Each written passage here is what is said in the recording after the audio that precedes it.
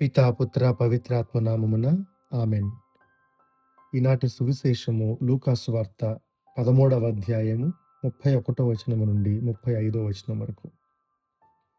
యేసుక్రీస్తు సువార్త పరిచయం ఉన్న ఎవరికైనా కూడా ఒకంత ఆశ్చర్యాన్ని కలిగించే సంఘటనని ఈరోజు మనం చూస్తాం.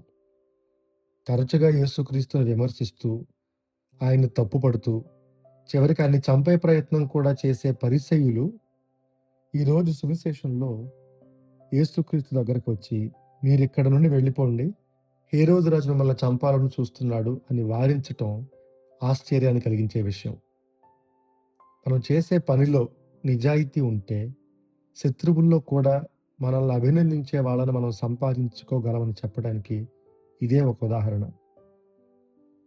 యోహాను సువార్త 3వ అధ్యాయంలో రాత్రిపూట యేసుక్రీస్తును కలవడానికి వచ్చే నికోదేము, అతను కూడా ఒక పరిసయ్యుడే కావటం అనేది దీనికి మరింత బలాన్ని చేకూరుస్తుంది.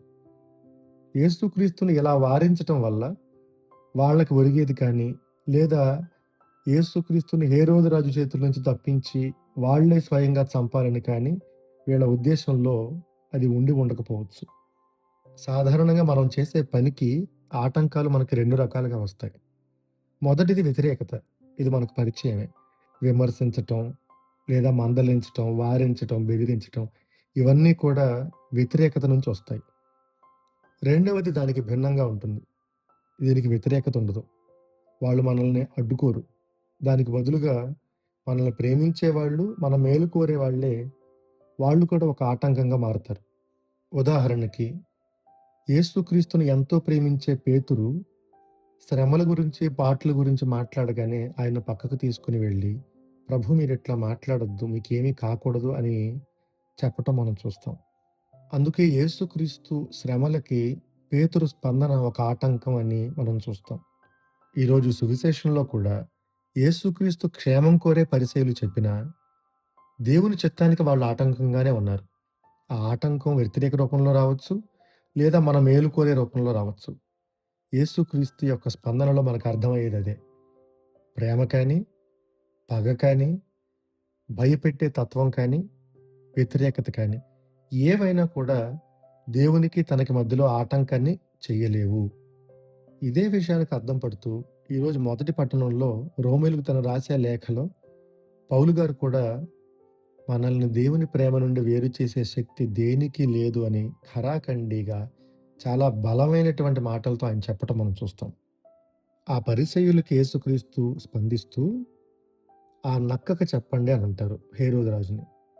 నక్కకి మన సంస్కృతిలో కూడా జిత్తులు మారిది అని, లేదా అవకాశవాది అనేటటువంటి ఒక పేరుంది.